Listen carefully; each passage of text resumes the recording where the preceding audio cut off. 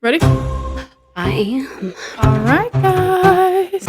All right, guys. It's not paranormal time. It's true crime time again. I'm Ryan. And I'm Taylor. And this is Pure Malice. We hope you've all had a great week. And if not, we hope that this brings you a little dark joy. So, I just want you to know before we get all this started. What? That on my way to work, I was obviously being very responsible. Oh. And I was obviously not scrolling through Facebook as I was driving. Mm-hmm. And I obviously did not come across Nelly's performance for like the BET Awards. Was it so good? I mean, I listened, I think it was like a 10-minute long video or something, at least 5, at least.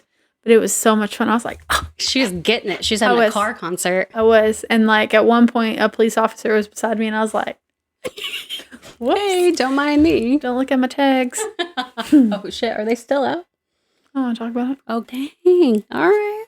We're going to get straight into it. Okay. All right. So we're just going to dive in. Let's go. Welcome to our first episode of Athletes Gone Dark, where we dive into the darker sides of sports history and look at athletes who not only broke records, but also broke the rules and covenants of their sports, and uncover how their actions impacted the history of their chosen sport. We also cover cases of up-and-coming athletes who were taken from us far too soon. We've decided to start this series off with the case of Rae Carruth. That's right. You can find episodes of Pure Malice, Athletes Gone Dark for free on Spotify, or you can watch the full video episodes on YouTube. We're beyond grateful for all of our listeners. You power us to do what we love. We love hearing from you, and we want to hear from you. So if you have any suggestions for cases that you would like us to cover, send us a message. Reach out on Facebook or Instagram at Pure Malice Podcast. So today we're discussing Rae Carruth. Woo! So he was the 25-year-old Carolina Panthers wide receiver who in 1999 destroyed his career and life when he paid a hitman to murder his pregnant girlfriend. That's sad. Yep. So we're delving into Carruth's rise to stardom in the NFL and his acute escalation to conspiracy of homicide. That's right. Next week, we will break down the consequences that followed. Because remember, people, actions have consequences. Yep. Are we ready? We are ready. Let's go. I guess that's Space Jam. I just heard it when you said that. Bring it on. Yeah, like Spirit Finger. Well, I said ESPN, and then I was like, and I was like, oh, that's Space Jam. And then I was like, what is the ESPN thing? Yeah. And that's ESPN, the Sports Center. What is ESPN? I'm going to go with Sports Center. I know that's right. Yeah, right? Yeah, I think so. If not, y'all can correct us. Please feel free. We obviously watch a lot of ESPN and Sports Center. We love sports, but I don't watch any of the talk show stuff, though. I only watch the games. I just like the games, yeah.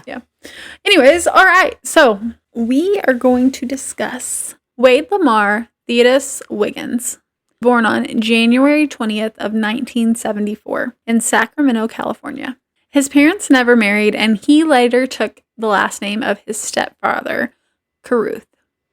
From a very early age, Carruth showed a strong interest and natural talent for sports. He was consistently playing baseball and football in neighborhood yards and backyards with his uncles and cousins. On the field, he stood out as a dominant baseball player and an almost impossible receiver to catch in football. He grew up in Oak Park, a rough area of the city known for drugs and high crime, but instead of following the path that was laid out by where he was, Carruth went the opposite direction. Good for him. He refused to drink, smoke, or use any drugs of any kind. Instead, he poured nearly all of his focus into athletics. So by high school, football became not only his escape, but his identity. So as soon as he joined the team, he immediately impressed the varsity coaches with his speed and raw athletic ability. But in 1988, at just 14 years of life, 14 years of life. I mean, I guess that works too.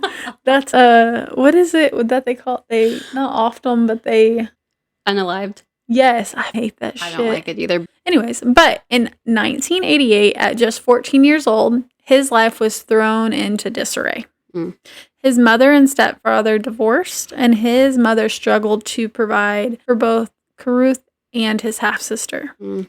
So when she could no longer make ends meet, she made the difficult decision to send the children to live with an aunt in Texas. That would be a really hard decision as the mother having to part with your kids. Yeah, I feel like it would be really, really hard as a 14-year-old to transition from like this rough area in South Carolina and then to come to Texas and Sacramento, California. Yeah. That could be really, really difficult, in my opinion, for a 14-year-old to navigate. On top of no mom here, you're with an auntie. I can't imagine how the kids were feeling. Or, that would be really hard to adjust to. Yeah, it would. That would be tough. It definitely would. The good thing is Texas is pretty dang good at football. Yes. Therefore, that was probably a very positive thing. But we will see.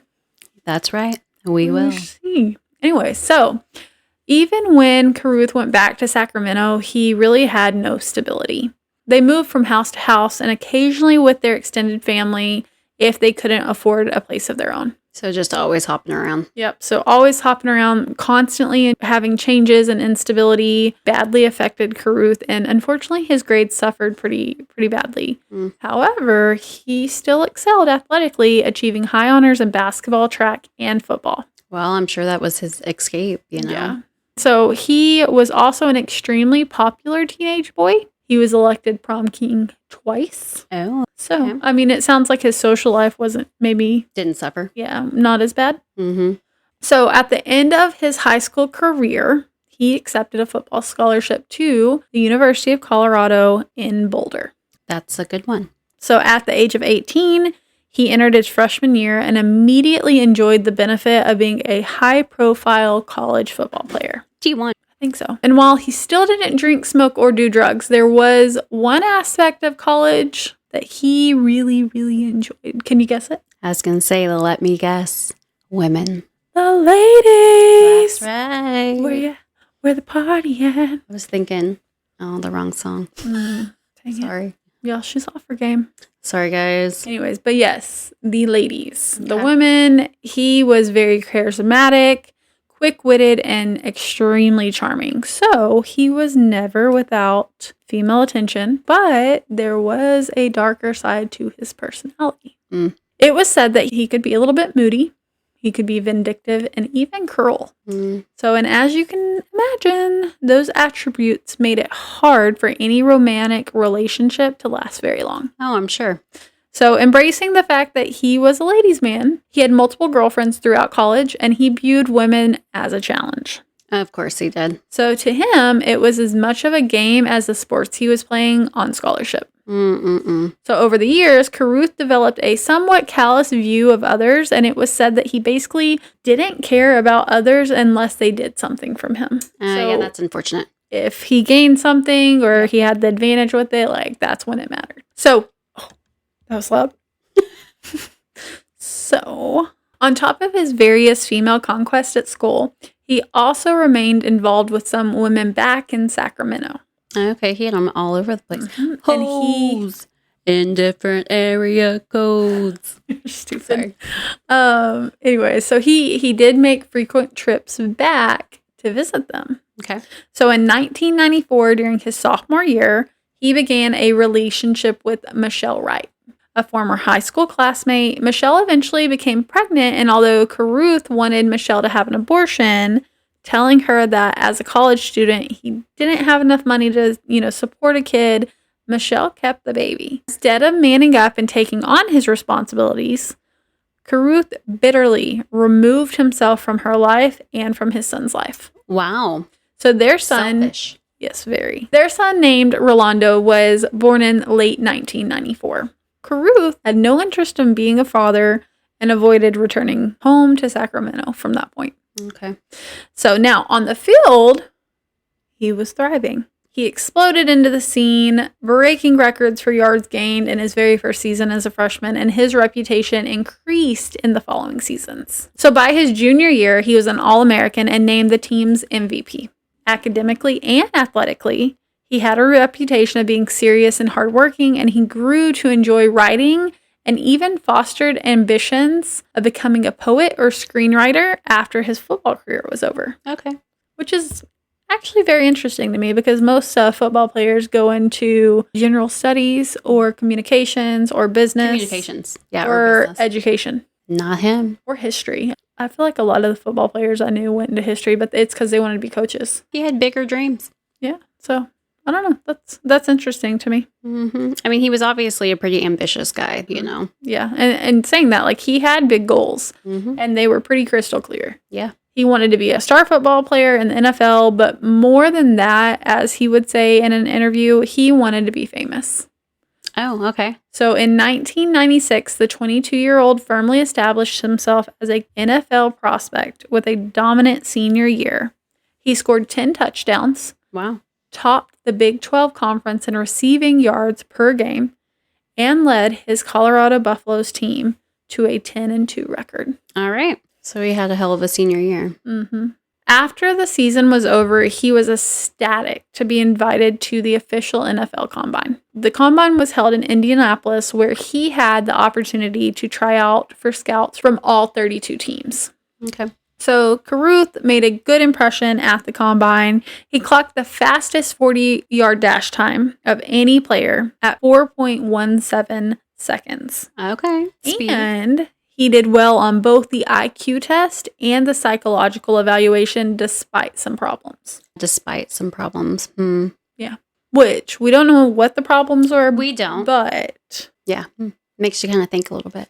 Yeah. It's just interesting because then the fact that he had kind of like a dark history, past reputation at some point. Mm-hmm. But with his athletic profile at 5'11", which is 4 inches shorter than the average NFL wide receiver, his speed and intangibles led scouts and analysts to predict that he would be a top 15 pick.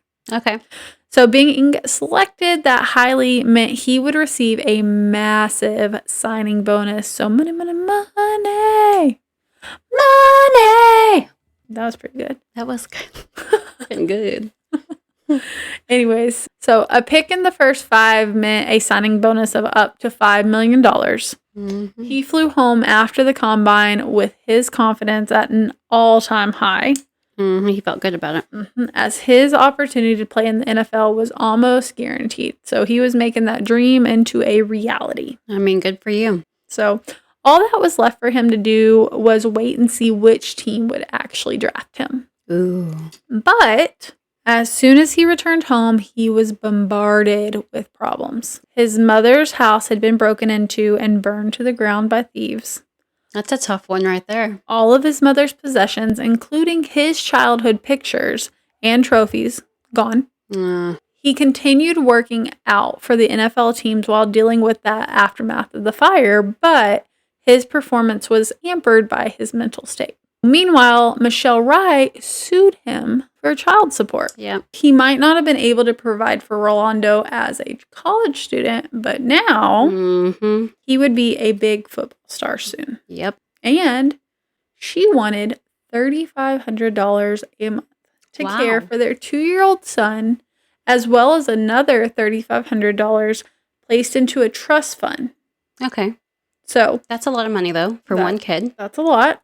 Especially before he's actually an NFL player. Yeah. So he fought the lawsuit and managed to lower his income support to $5,500 total. Okay. So instead of $7,000, he got what? $1,500 knocked off? Yep. Better than none. Okay. Better than none. That's right. Yeah. So more importantly, though, Carruth kept the case quiet out of fear that it would hurt his draft in the NFL. Okay. He only fought it a little bit, just enough to make it a little more feasible, but his main thing out of that had to have been not attracting attention because he did not want his draft rate to go down. Yep. So Carruth and his family gathered at his aunt's house to watch the draft. And while his family was excited and animated, he was silent and focused. His entire life has led to this moment. Yeah. He's soaking it in. So the first 5 picks went by without a wide receiver chosen until finally we arrived to the 7th pick. The New York Giants selected a wide receiver, but it wasn't him. Disappointing. Carruth's potential signing bonus was dipping which each name called. Yep. The 10th pick came and went without his name being read, and then the 20th pick, and after the Eagles selected a defensive end with their 25th pick, Rae Carruth's cell phone rang, and on the other end was Jerry Richardson, the owner of the Carolina Panthers. Richardson wanted to know one thing, and that was if Carruth wanted to be a member of the Carolina Panthers. I mean, I get being like disappointed about not getting a signing bonus, but me personally, just knowing stats and how very few people get to this level of being like a professional athlete, I'll take 26 pick all day. Yeah. You know? Yep. I mean, me too. I mean, if you think about it, like that's why when people are like, oh, I was D1, I was D2, like just being a college athlete in general is a big deal. Is a huge deal to me. And in my opinion, I do think it's really cool, like having opportunity to be D1 because then you were just in that smaller of a segment of people. Yep. But I think you should be proud no matter what you're in. And then like if you make it up to a professional, whether it's overseas, whether like no matter what, that to me is something amazing too. Yep. I'm right there with you. I don't know. Anyways, so Carruth said he did, and his family erupted into cheers as he hung up and told them the news. So the party turned their attention back to the TV. They watched and celebrated as the NFL commissioner announced that the Carolina Panthers, with the 27th overall pick in the draft, officially selected Rae Carruth. Ooh. Carruth was well on his way to achieving his goal, and his agent negotiated a signing bonus of $1.3 million on top of his salary of $600,000. Wow, okay.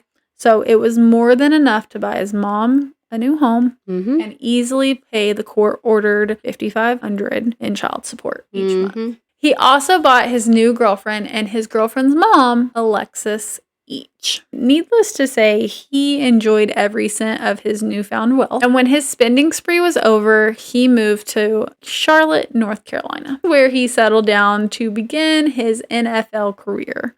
Unlike spending money, playing in the NFL did not come easy for Rae. And you know, whenever you said earlier that he was 4 inches shorter, I assume he's also just a smaller build in general. And that's going to be tough on anybody who goes into the NFL. Well, everybody is the best. Everybody is bigger, stronger, tougher than you. You got to work, right? That's the same case here. The NFL, it was faster, tougher, and more difficult than college football. So even more of a difficult transition was locker room culture. I definitely feel like that would be an adjustment too. Yep. He was used to the brotherhood of a college team, more like this family. And then, you know, the older, mostly married NFL players treated football as if it was a job and less interest in socializing with their teammates. It's literally their job. Exactly. They had less interest in socializing with teammates. And then, of course, his own reserved personality really didn't do him any favors either. Definitely wouldn't. No. So he gained a reputation as a loner in the locker room when he did go out with his teammates. They made fun of him for not drinking, and still, Carruth worked hard on the field and impressed his teammates and coaches with his talent and skills. So on August 31st of 1997, the Carolina Panthers hosted the Washington Redskins for the first game of the season. So although he wasn't listed as a starter, it wasn't long before he saw action. All right, not bad. Yep. So down by a touchdown in the middle of the third quarter, the Panthers head coach felt like their offense, who had only a field goal in the first half, needed a boost. I bet they did. So what does he do? He brought in Rae Carruth. He sure did. He sent Rae Carruth onto the field at the beginning of the fourth quarter, tasking him to catch a pass. He caught the pass for a modest 6 yards before being tackled. He was exhilarated as he bounced off the turf and heard the crowd cheering. He had arrived. It's intoxicating, you know, just that atmosphere, and it's a good time. So moving from this game, here we are, game 2. He made 2 catches for 18 yards. And he had 8 receptions in his 3rd game. And on the 5th game of the season against the 49ers, scored his first touchdown. So this is his first touchdown in his NFL career. By the final game of the season, he was almost leading the team in receiving yards during his rookie year, racking up 44 receptions for 545 yards. Pretty good. 4 touchdowns. And he was nominated for Offensive Rookie of the Year and named to the NFL All-Rookie team. Despite his individual successes on the football field, not all is well for his team. So the Panthers entered the season as favorites to win the NFC South, but badly underperformed. They actually ended the season with a disappointing 7-9 record. Yeah, that is and missed the playoffs. So things weren't well at home either. So after the season, his girlfriend actually broke up with him after he blatantly cheated on her. Oh, sorry, not sorry. Yeah. He didn't seem to care about her or their relationship. So after the breakup, Carruth took back the Lexus that he gave to his girlfriend's mom, and he flaunted his newly single status when he returned to Charlotte to prepare for his 2nd NFL season in the summer of 1998. Play is back. So along with a new batch of young Panther players, Carruth became a frequent patron of the local strip clubs and dive bars. Oh, Lord. So one night, while bar hopping with a handful of his teammates, he visited the Diamond Club. While his teammates got drinks, he watched the dancers on stage and found himself drawn to one of them. Oh, we found some love at the strip club. I'm in love with the stripper. She rockin', she rollin'. Anyway, so he found himself very drawn to one of them, Cherica Adams. In 1998, 24-year-old Carruth attended a teammate's house party and by chance ran into Adams. Okay. Fate. So he took this opportunity to introduce himself and turned on the charm. He turned that way up, huh? He said, whoop, like a light switch. Yeah. So he took this opportunity, turned on that charm. Doesn't really end out in her favor. Anyway, so it definitely does not. Adams was instantly taken by Carruth, and the two of them split off from the rest of the party. They spent the rest of the day together, and that evening, Adams brought Carruth back home to meet her father. This was an extremely unusual move. Her parents took it as a sign, even after only knowing Carruth for a few hours. They bonded over their respective ambitions to be a star NFL player and Adams to be a real estate agent investor. After the party, they continued to see each other, but their busy schedules kept them from entering into a full relationship. Carruth had to stay focused on the upcoming football season. Rae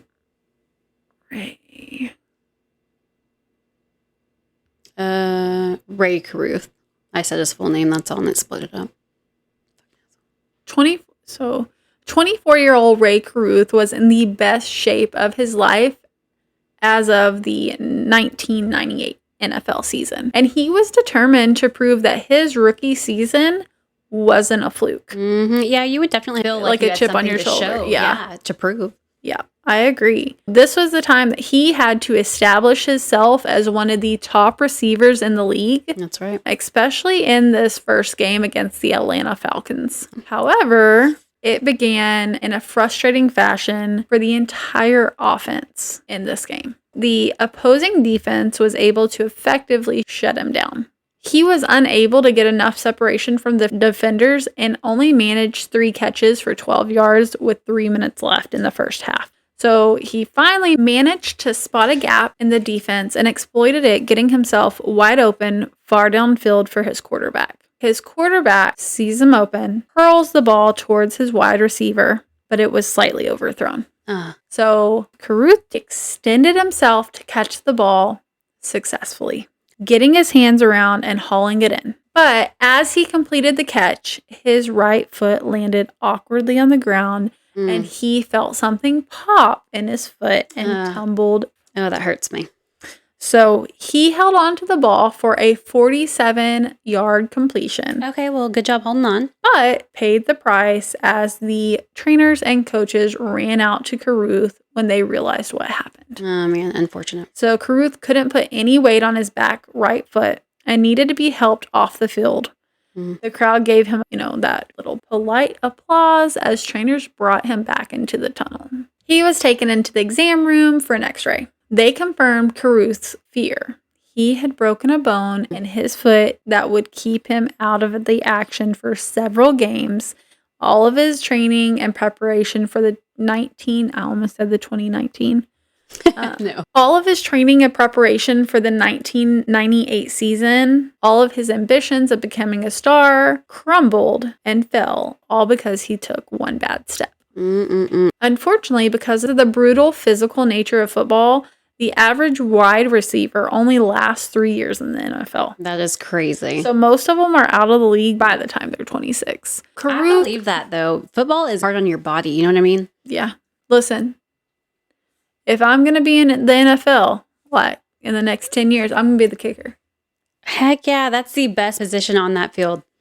Yeah, until On I the miss team. one. Listen, if that is your only job. Just saying. I mean, I get people have off days, but I just watched a Miami and Indiana game where missed it the whole time. a few.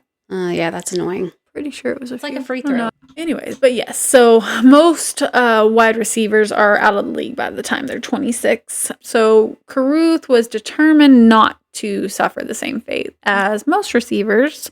Man, So sometimes you just don't have a choice. Yep. His goal was to get himself back on the field as soon as possible.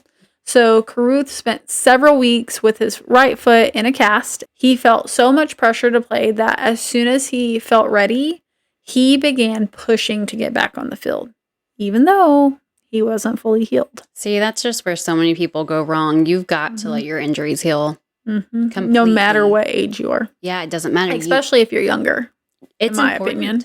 But so he did not want to wait. He didn't want to be seen as obsolete. After missing 7 games, he successfully convinced his coaches to let him play for the Week 10 matchup against the 49ers. Stupid. However, it was clear to everyone as soon as he hit the field, he wasn't ready. Of course he wasn't. He didn't have the speed, agility, or explosiveness, and he was clearly limping at times. He didn't make a single catch against 49ers. I mean, honestly, you're not only not going to be as good, but you're also asking to get hurt again, either a new injury or to re-injure that same injury. Yep. So afterwards, the team decided to place Carruth on the injured reserve list.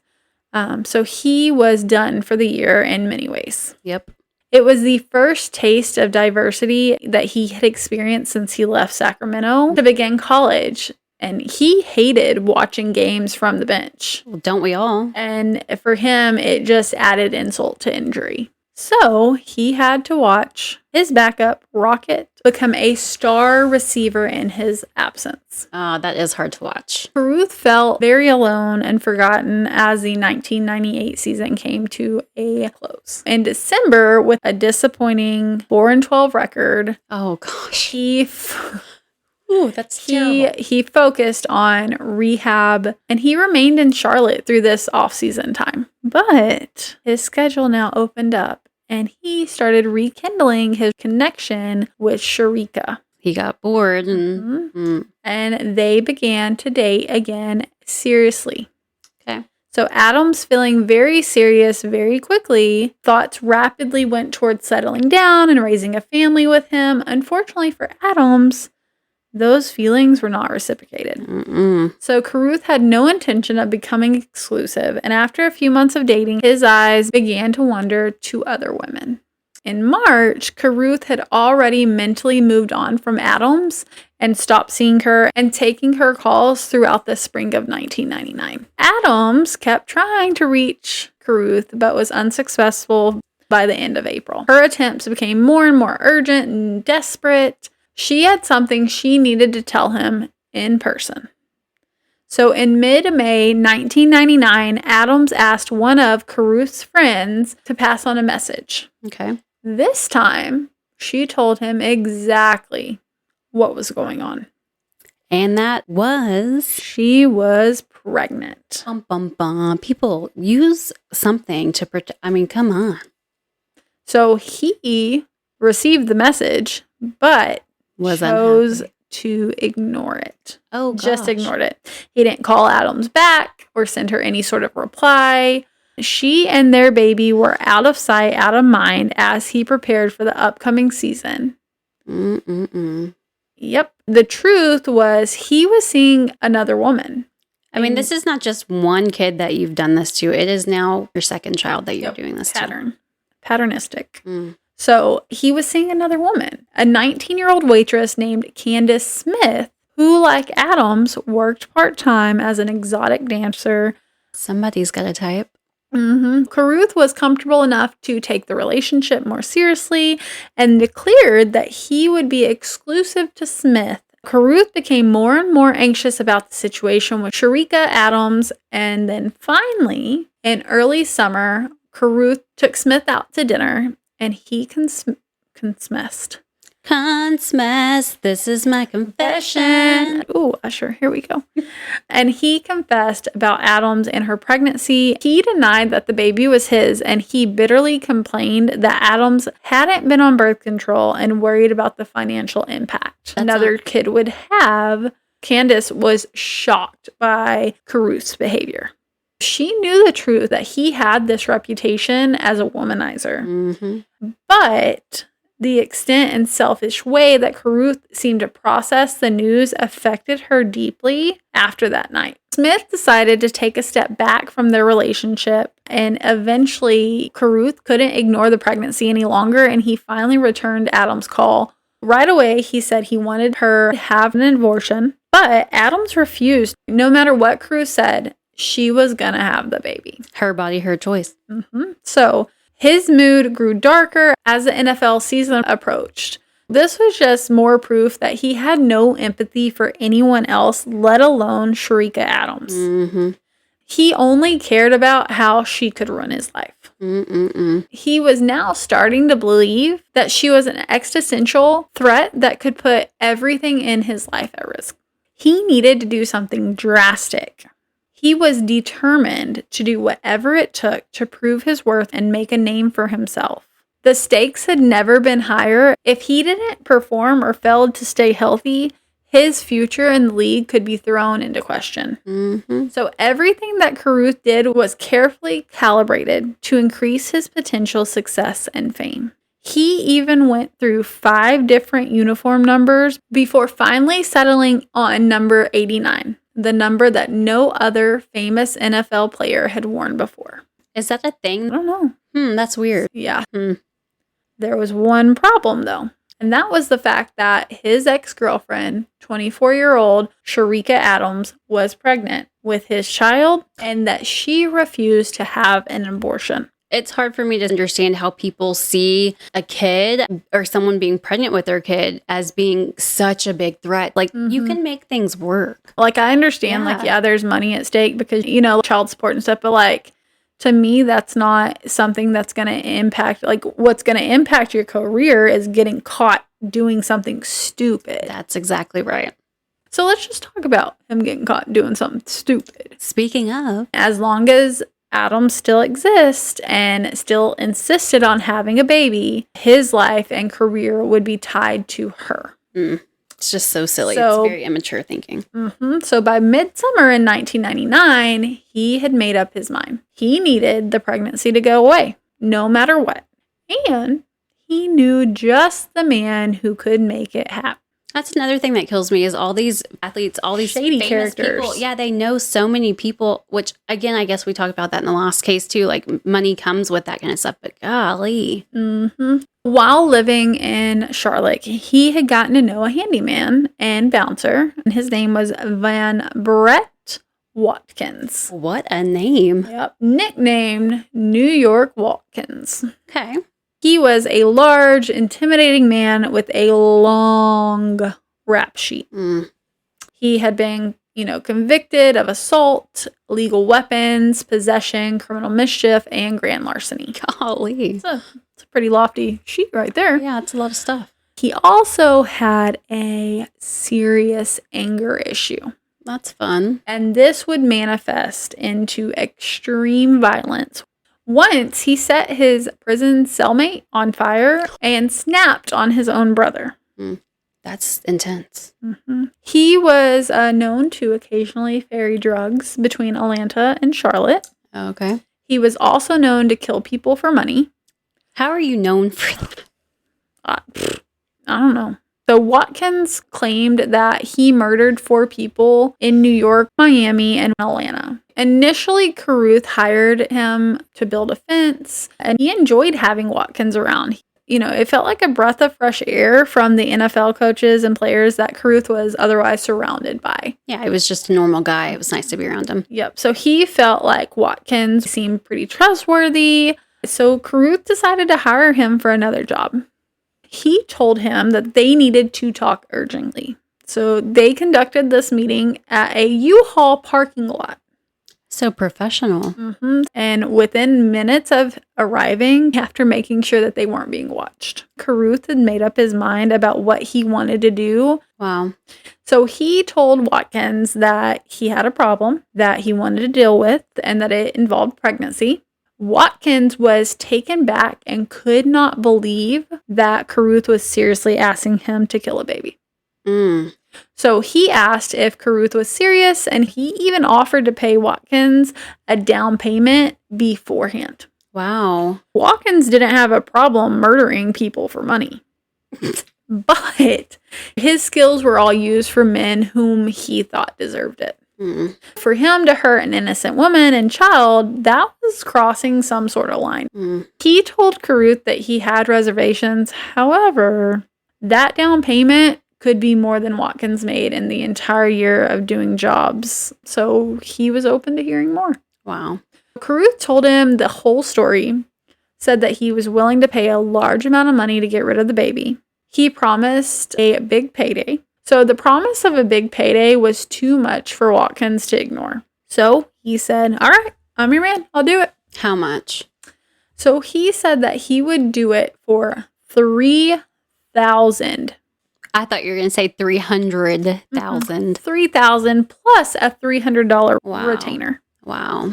Yep. So Carruth graciously agreed. I'm sure he did. Without negotiating, because you know what? That $3,000 is less than the child support he paid for the first child. Exactly. And it's a one-time payment. They drove to the convenience store where Carruth checked out $300 from the ATM to pay Watkins the requested retainer. Wow. So Watkins took the money, still not entirely sure how serious Carruth was about this entire idea. Wow. So they discussed possible plans based around the idea that Watkins would beat up Cherica Adams, causing a miscarriage. However, the two of them couldn't get around the fact that Cherica would be able to identify her assailant. That caused problems. So this problem stumped them as the summer went on. Okay. So Carruth nor Watkins were able to come up with a solution or an alternate plan in the meantime to make himself look less suspicious. Carruth made an effort to play the part of an expectant father, even joined Cherica Adams for doctor's visits and the Lamaze classes. Wow. Adams had since given up her dream of forming a nuclear family with Carruth, but resigned herself to accept how much Carruth had, chosen to be involved and was just trying to make the best of it in the meantime. She was just happy that he was doing his due diligence. I mean, yeah, I can understand that. This allowed for Carruth to stalk Adams in order to get to know her routine, where she lived, what car she drove, where she usually parked, and at this point was pushing Watkins to get the job done. But he also wanted to take this time to pick the perfect time and place. Until then, Carruth turned his attention back to football. So on September 12th in 1999, he finally took the field again. He took the field in the season opener against the New Orleans Saints. Oh, that's my team. Love them. So his performance was unremarkable, totaling 5 catches for 65 yards, which was far from the all-star performance that Carruth expected from himself. He knew that if he was going to turn his career around, he had to start performing better. However, in the following weeks, his numbers only got worse. He only had 2 catches for 27 yards. So he wasn't doing so hot, even though he had this plan. And the thing is, like, how can you? I mean, you're so focused on this. Yes, you're focused on this other thing instead of your actual career and what you need to be doing here. Mm-hmm. His performances were marked pretty embarrassing. So his career was just hanging by a thread at this point. Yep. So after the 4th game of the season, he officially lost his starting role. On October 17th in 1999, the Panthers were in San Francisco for their 5th game of the season. Carruth started the game on the bench, but when he got a chance to enter the game midway through the first quarter, he threw himself into it with as much energy and focus as he could. On the second play of the game, he managed to get free from the defender 13 yards down the field. The quarterback threw the ball to him. He caught it with ease, but once again, landed awkwardly. This time on his left ankle, and he felt a sense of awful deja vu. As the trainers helped him off the field and back into the examination room, after examining him, the doctors actually gave him some pretty good news. It wasn't a broken ankle. However, it was a bad sprain that would keep him out for, at least a month. That's tough. So Carruth couldn't believe it. Despite his best efforts and his hard work, his NFL career was slipping away, and it wasn't even the worst news that he'd received that week. In the days after his injury, Carruth was hit with another blowout.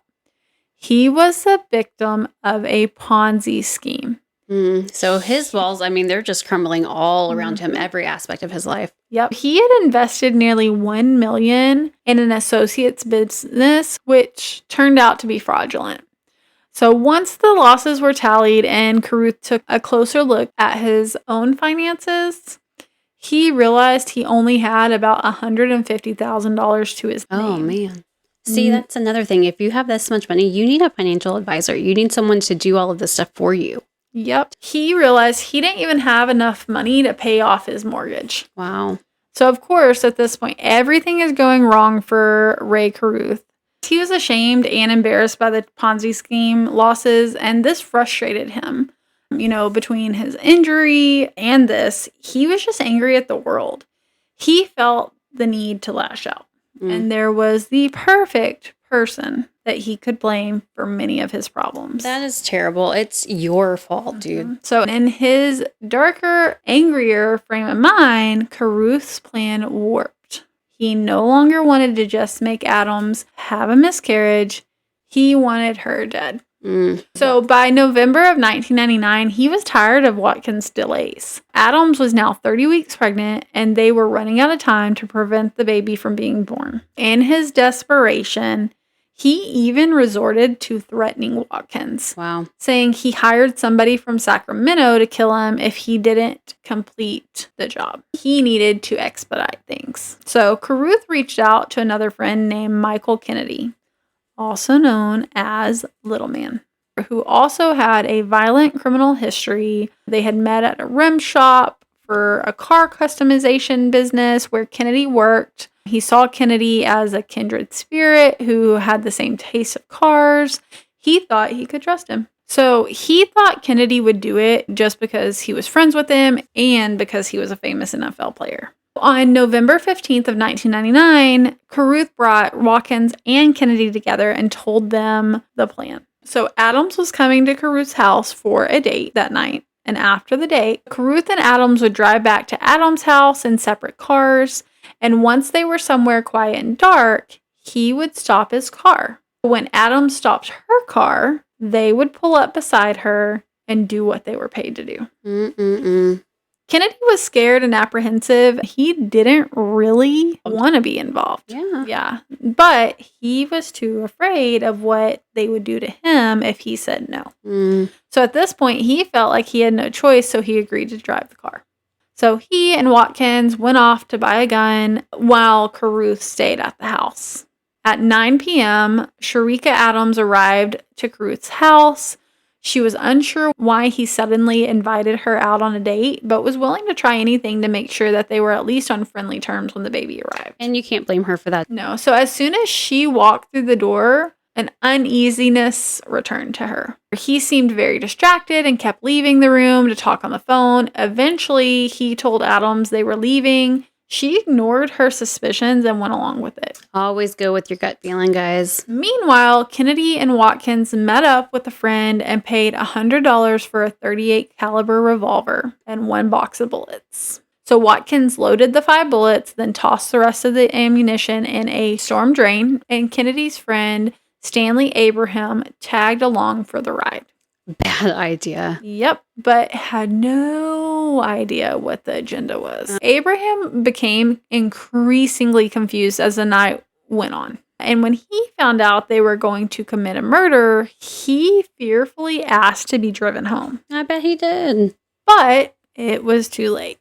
So none of the 3 men in the car really wanted to be there, but all were tied together by money and fear of Carruth and fear of the consequences of failing to go through with it. So they were just scared of him. Yep. So Carruth and Adams met up with another Panthers player and his girlfriend at a theater to see The Bone Collector. What a movie to watch right before you know you're going to have your girlfriend murdered.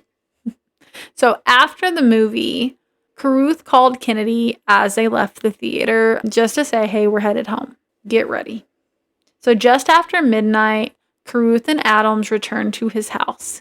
Upon their return, he told Adams that he wanted to stay the night at her place. And this surprised her a little, but she agreed to have him over. So they got into their respective cars to drive there. Kennedy and Watkins watched as Carruth and Adams pulled out of the driveway. They followed as Watkins put on the gloves and the ski mask and loaded the gun. Abraham sat in the back seat, but he was terrified.